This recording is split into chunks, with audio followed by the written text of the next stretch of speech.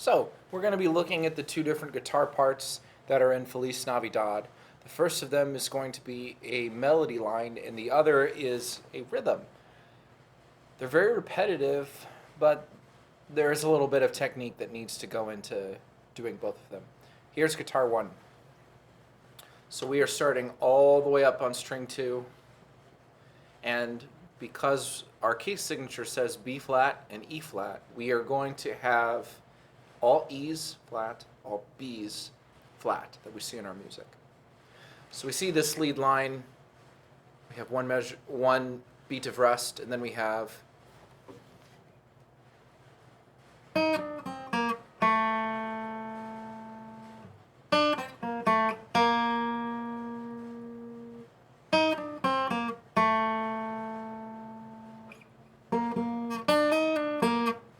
couple different ways you can do that. So we have E flat, D, C, B flat, A. And don't forget that eighth rest that is there. That's kind of tricky to be able to make sure that you get that properly. And then D, C, B flat, A, B flat.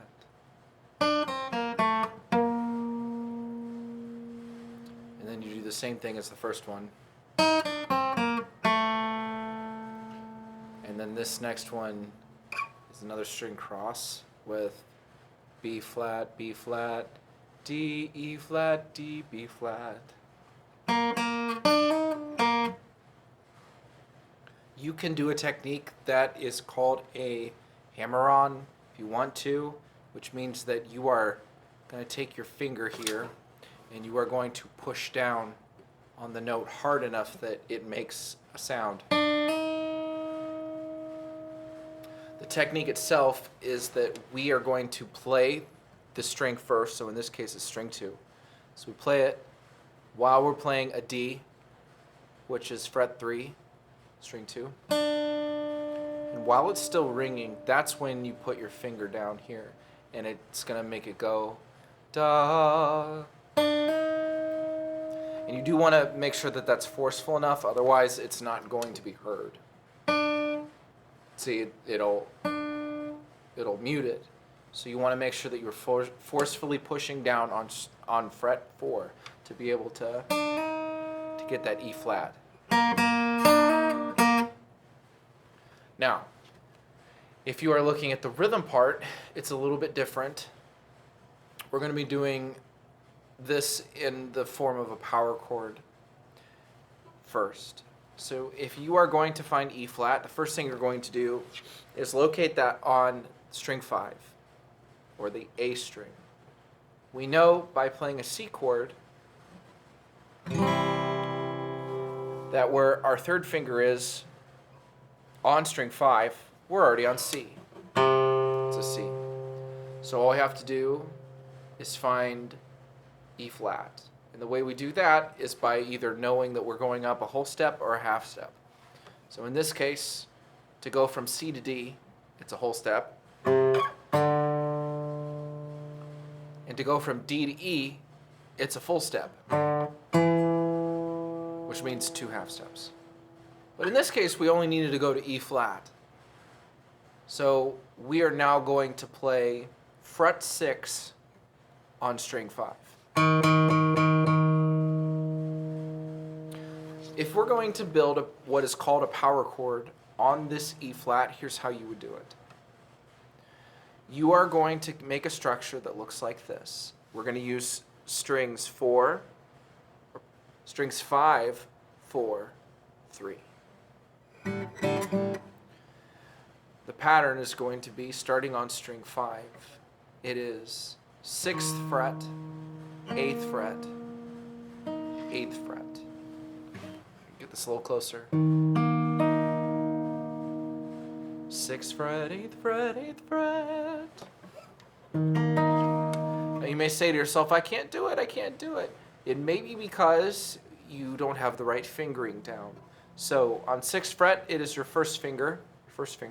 And then I would suggest, rather than using your second finger, use your third finger. And for fret 8, and then you will play fret 8 on string 3. Now you may say to yourself, my pinky's not strong enough. Well, sorry. You're going to have to start working on getting your pinky strong enough. However, you can get by just doing two strings.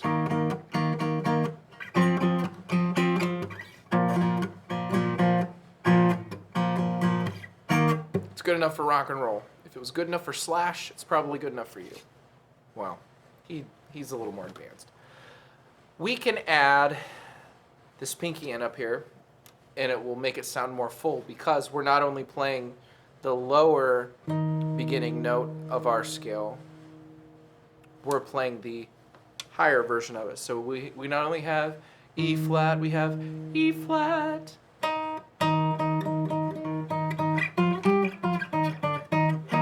So it sounds more full.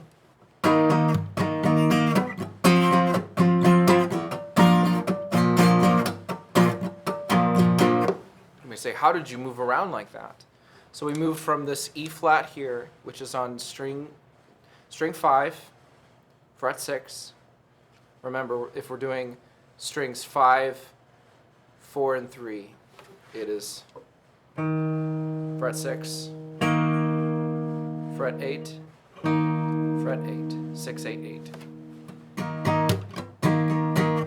So that's for E flat. If we move over 1, 2 frets, we get to where an F chord is, or where we can build the F chord. So it's going to be the same shape. We're not going to change the shape of this hand. We're just going to move it over.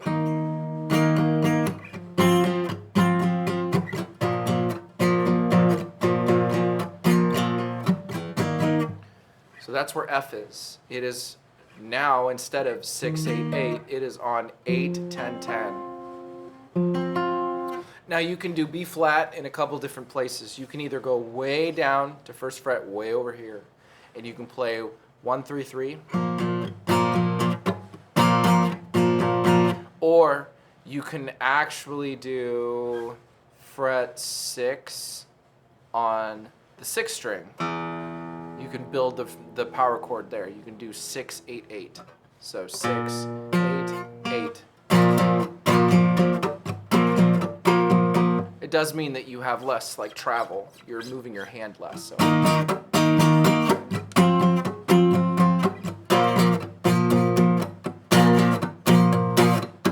You may be saying to yourself, why is he making this muted type of sound, or how is he doing that? What I'm doing is I am lifting my fingers off of the strings just the slightest bit, so that instead of making a sound that rings out, it will deaden the sound immediately.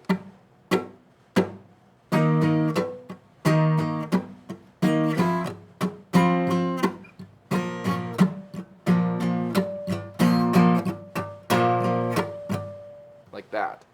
It's not mandatory, but it's a suggestion. If you are wanting to go above and beyond with your power chords because you think that is too easy, one thing you can do is this trick here. If you're going to play E flat again, which is starting on string 5, you have 6, 8, 8.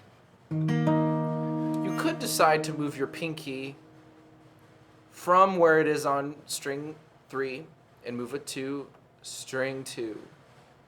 Which is a little crazy, but if you get lazy with your other 2 fingers here, finger 1 and finger 3, there's a fleshier part of your finger here that will naturally catch string 3. It'll just catch it. It's just fatty and fat catches, I guess. I don't know what that means. But it will mute that 3rd string, which is helpful. And now you have a completely different built chord.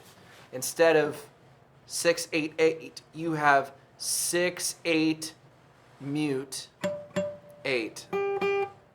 So notice how it's going to sound higher.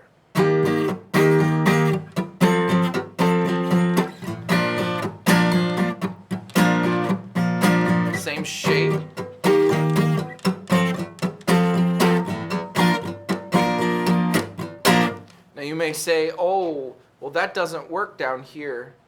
Yes, that's correct. If you go to string 6 and you do this form, it's not going to sound right. It sounds really cool, but that's not the right type of voicing that we need.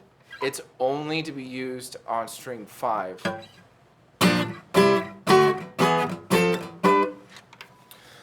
And then the other one is that G minor chord. In your music it says D minor, but that's supposed to be a G minor. The only other thing I can say is if you can play something slow, you can play something fast. So it is going to take some time to say to yourself as you're counting, like in guitar 1, that melody line. So you have 1, 2, and 3, and 2, 3, 4, 1, 2, and 3, and 2, 3, 4, 1, 2, and 3, and 2, 3, 4, 1.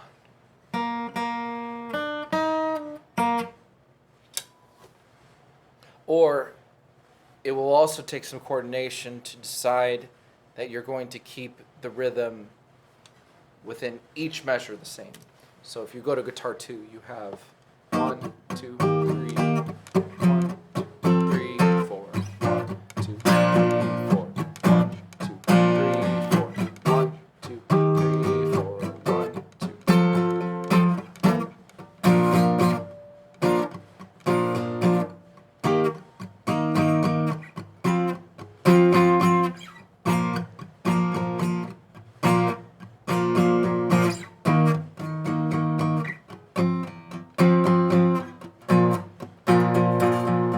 I wanna wish you a Merry Christmas.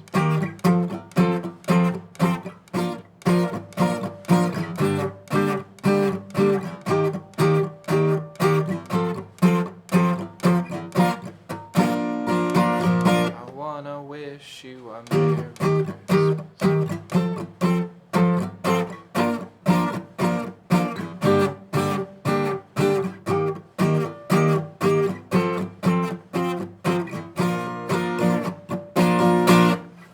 And that should be all you really need. If you have any other questions, please do not hesitate to reach out to me, ask me any questions, and I will help clarify it for you or help show you in person. Know that I'm praying for you and that God will do a great thing through you, through your practicing and build upon the skills that He is giving you as we speak.